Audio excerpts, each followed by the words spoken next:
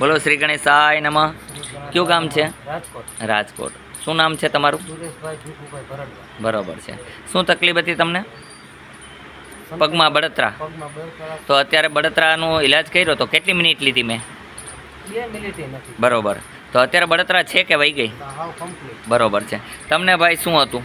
પગમાં બળતરા. પગમાં બળતરા, ગોઠણનો દુખાવો. બરોબર. તો અત્યારે બળતરા કેમ છે? બળતરા હાવ બંધ થઈ ગઈ. અત્યારે પગના દુખાવામાં કેમ છે? ઘણી બધી 80% રાહત છે. બરોબર છે. તો હજી તો આપણે 1 મિનિટ થઈ છે, થોડીક વાર હાલશો તો હાવ રાહત થઈ જશે. બરોબર. નિયમનું પાલન કરવાનું, ખાટું ન ખાજો હો ને. દૂધ 1 ગ્લાસ પીવાનું, દૂધની અંદર હળદર નાખીને પીવું. તો આપ અહીંયા પધાર્યા છો કયા માધ્યમથી આવ્યા? યુટ્યુબની માધ્યમથી કોઈ કીધું? ના YouTube નથી. બરોબર છે. તો તમને અહીંયા કેવું કામ લાગ્યું? ના સારું છે કામ. સારું. બરોબર છે. તમે જે વિશ્વાસ કર્યો એ સાચો છે ખોટો હે? બરોબર. આવું કામ કરે હનુમાનજી તાત્કાલિક. ડૉક્ટર પાસે તમે દવા લ્યો તો તમને આટલી જલ્દી બળતરા જતી રહે ખરી? ના ના 10 દિનની 15 દિનની દવા આપે તો એ બળતરા જાય ખરી? ન જાય. તો હનુમાનજીનું કામ આપને કેવું લાગ્યું? સારું લાગ્યું? તો બોલો પ્રેમથી જય હનુમાન. અહીંયા આવવા માટે આટકોટથી ગયણીથી થોરખાન રોડ ઉપર આદેશ આશ્રમ આવેલો છે.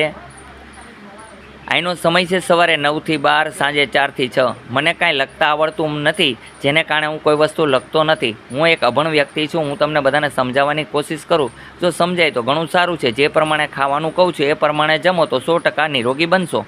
મારો એક જ ધ્યેય છે, માનવ કલ્યાણ. એ જ મારું કલ્યાણ છે.